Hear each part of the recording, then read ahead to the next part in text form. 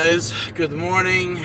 Today is Friday in December, I believe the 6th or 7th, maybe 8th. Sorry, I'm using my main phone. I didn't grab my other phones.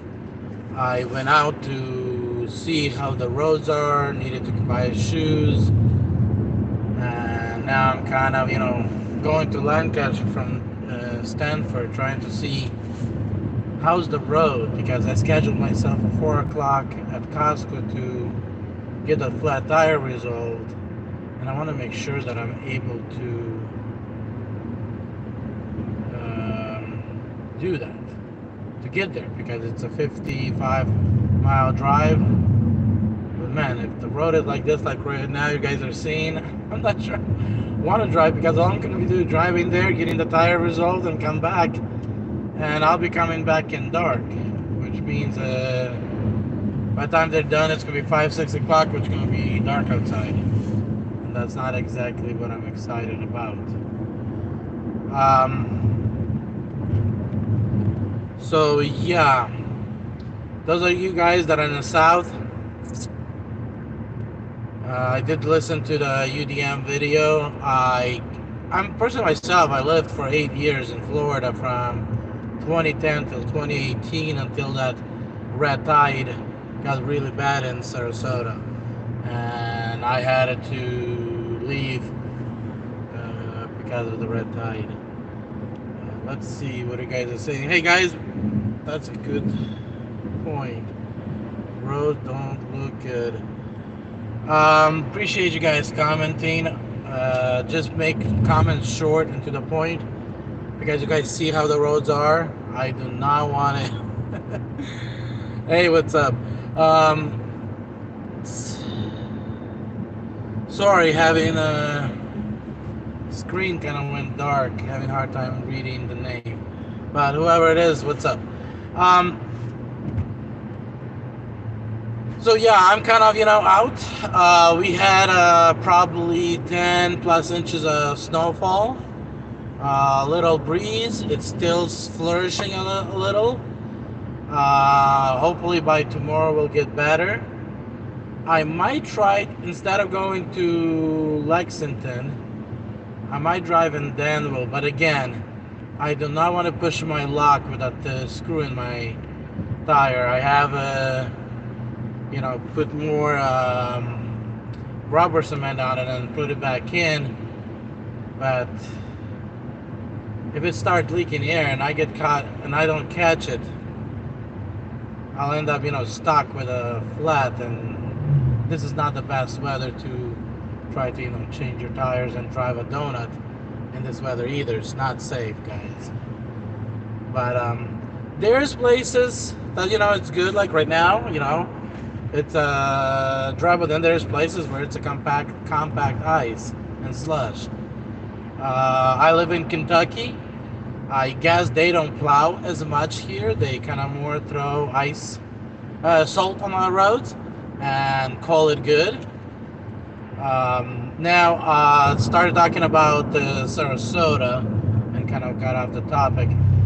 Reason we moved to the Sarasota is, first of all, because it doesn't snow down there. It doesn't ice up down there. And before the Sarasota, I was in Denver, driving across Rockies and in ice, and I couldn't take it anymore. So those are the guys that have been doing these kind of gig works for multiple years, putting up with these weathers, especially if you guys in North Dakota, Montana, these crazy states where winter is for 4 to 6, 8 months. I salute you guys, because I would not be able to do it. But then, because it got too then I moved down here because of that red tide, and going back to Florida is just too expensive for me right now. The living down there is too expensive. Like I said, I'm just driving to Lancaster and back, so I'm turning around and heading back, guys. Now for those that actually in South never seen snow, or maybe have flew out just to see snow, and you just have to be wise in it. You just have to, at one point, get to a point and say, hey, you know what? if it's an accident, it's an accident. If I lose control, then I lose control. But I have to go out. Same thing like with the hurricanes in Florida, and the islands and Mexico and other places where hurricanes are a common thing. You kind of, get to a point. Oh, just another hurricane. I'm gonna stay in town. I'm not running nowhere, and you just kind of, sit it out. And you hope your home is built well, or your friend's home is wherever you decided to, sit it out, is safe enough to sit it out. Same thing, here with snow. We take our risk. You guys take our risk. I'm here in Kentucky, and eastern states are also very common to tornadoes. Yes, after this last tornado that here in Kentucky, that a lot of people died. Right now, I don't feel comfortable in my mobile home whenever I hear winds. But end of the day, we decide to live and put up with it. Until the last time, this last tornado that was really bad, I didn't care. Hey, if it comes around, it comes around. My sister called right after that and she said, "Are you okay?" And I'm like, "I'm okay." And she's like, "Are you sure? Is everything okay around you?" And I said, "Hey, even if the tornado came around and lifted me up and threw me 200, 300, 400 feet up in the air, I would look at him and say, 'Mr. Tornado, you messed up and you grabbed the wrong guy. What did I do to you? What do I owe you? What have I done to you that you owe me this pleasure of going up? Please put me down and put me down safely and don't mess with me again.'" See, when you look into the spiritual world, you have certain power. See, if you have not signed any kind of form of a contract with any entity that is outside, they have no control over you. If you have not done anything to them, they have no power over you. A lot of times, we as humans, we allow the nature to mess with us.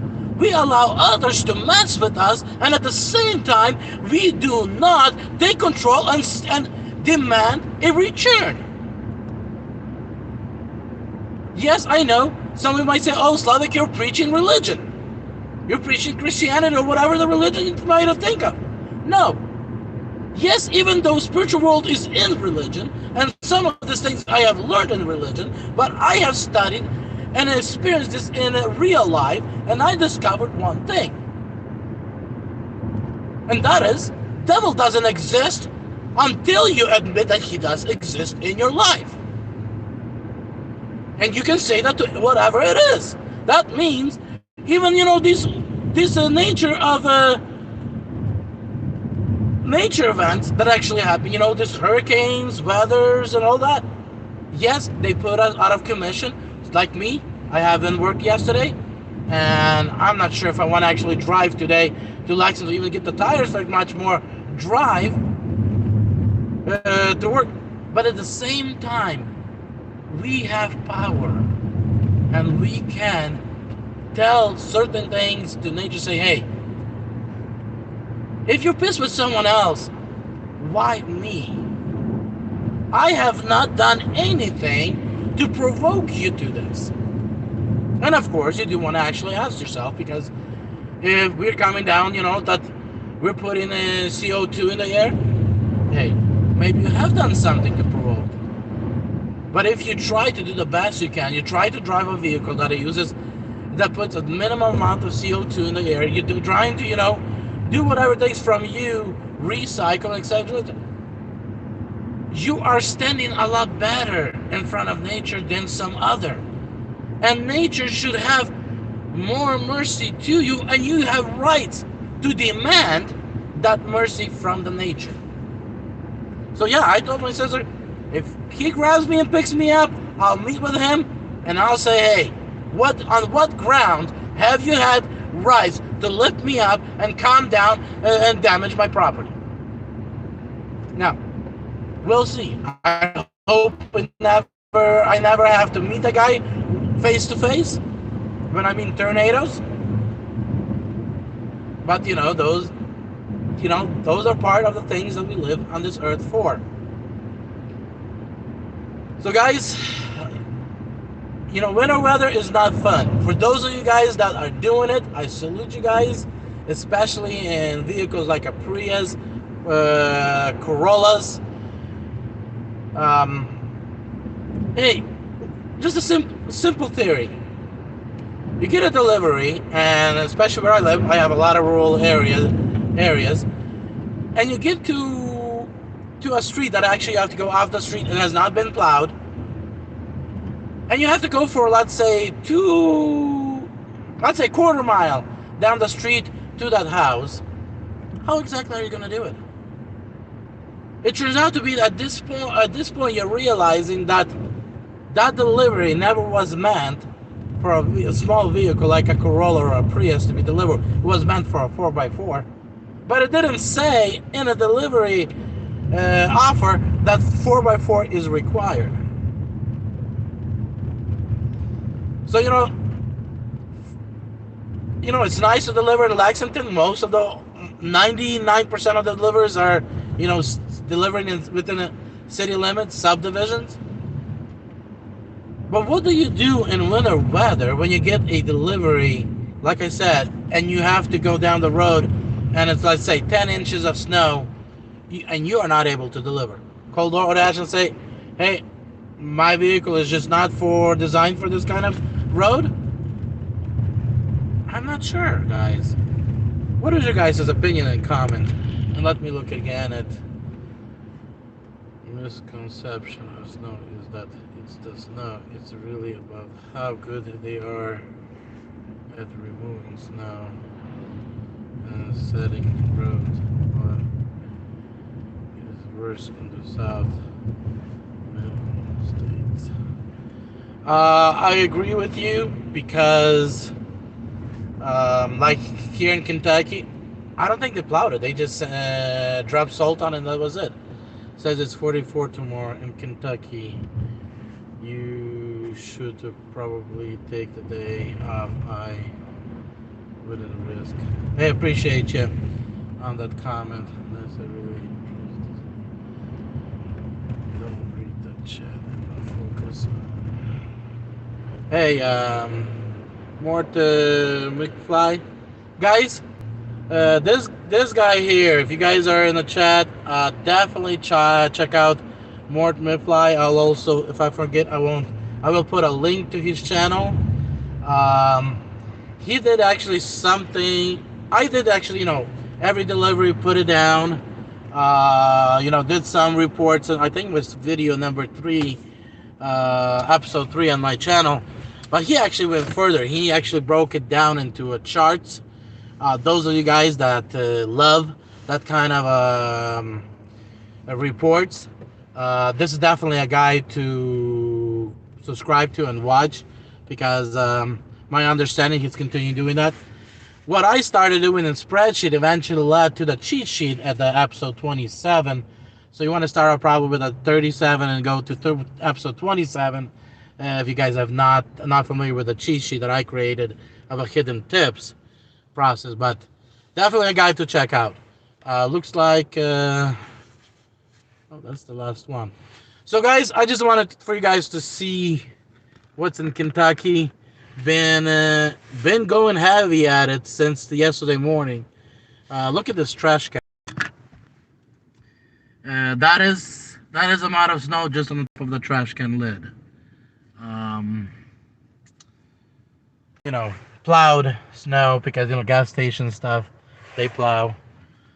So yeah, it's all white, beautiful, beautiful white. I am here at the gas station at the air.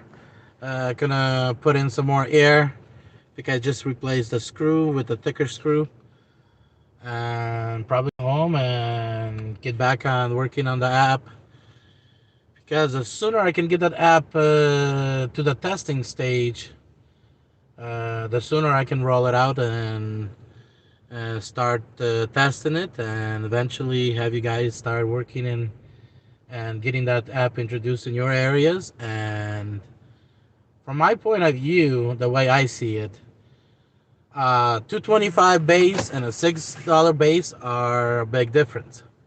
And that's an extra $4 in the pocket. Now it's helping draw customers save money on their food, having a restaurant start competing with each other and doing 2% off or 5% off or 10% off or on orders that might be between the rush time will actually allow customers to see that they can actually go and spend more, buy more food, and also spend more on the tip. So um, I am seeing the design of the app is probably going to be somewhat similar to Grubhub. Um, of course, colors has not been decided yet on, but it's going to be interesting. The navigation will be not in app. It's going to be you'll be guys be able to choose between Google or other navigation platforms that you guys have on your phone. So that's something that it's going to be final, and I don't think I'll be changing that because that gives drivers a choice as well as going back to an app and getting and seeing the information you need instead of trying to battle with the navigation in app. Um, so yeah, there is some things that will need to be changed. Quite a few things will need to be changed, but it definitely shows a promise. And in the worst case scenario, if I wanted to take an approach where app is in control and we reselling the food of restaurants, then the app is literally ready. All I have to do is make a payment, send them a bunch of information that they need, including logos and stuff like that, and have the app up and running in 2 weeks. But I do want to make those changes where we offer restaurants the tool and they are in full control. We only recommend the delivery fee, which kind of recommend kind of controlling that part. So, guys, stay safe. If your weather permits, if you feel safe, then go out and make those money. But if not, then there's a lot of things you guys can do um, at home, and catch up on the stuff that you were trying to catch. The year ended. Look over your mileage log. Prepare your stuff for taxes. This is a perfect timing for those of you guys that cannot drive, not safe to drive. Perfect timing to prepare yourself for taxes. Prepare all the stuff that you need. And if you guys want me to do a special video on what you guys need to prepare, let me know, and I'll do that special video. But prepare yourself for for taxes. So when you're when you need to go and meet with your accountant or email it to your accountant, like in my situation, I use a guy out of Idaho. Been using that guy for last since 2006, so the last 15 years or so. I email everything to him. He does it. I electronically sign it, and he electronically files it for me. So, but I do prepare for him. Pretty much, I send him a profit and loss statement. So pretty much, I do all the books. I send in the profit loss statement. I also send him mileage report, office report, because remember you can also, if you have a home office, you can write off quite a bit of stuff, including square footage. What you want to talk with your accountant about, which square footage, because if nothing has changed, all the square footage from the door, from the entry door all the way down to your office door, and including the square footage of your office. So that's also something you can consider. And if you're making that payments or that renting the property, part of that is deductible. Um, Guys, yeah. So definitely don't spend that time that is given to you to focus on getting something done behind the TV, but instead, make some make good out of that time. So when you do go out, you're not have to later on say, you know what, I need to take the 2 3 days off of good nice weather days to get that what you could have done it today. So be blessed, stay safe, and talk to you guys later.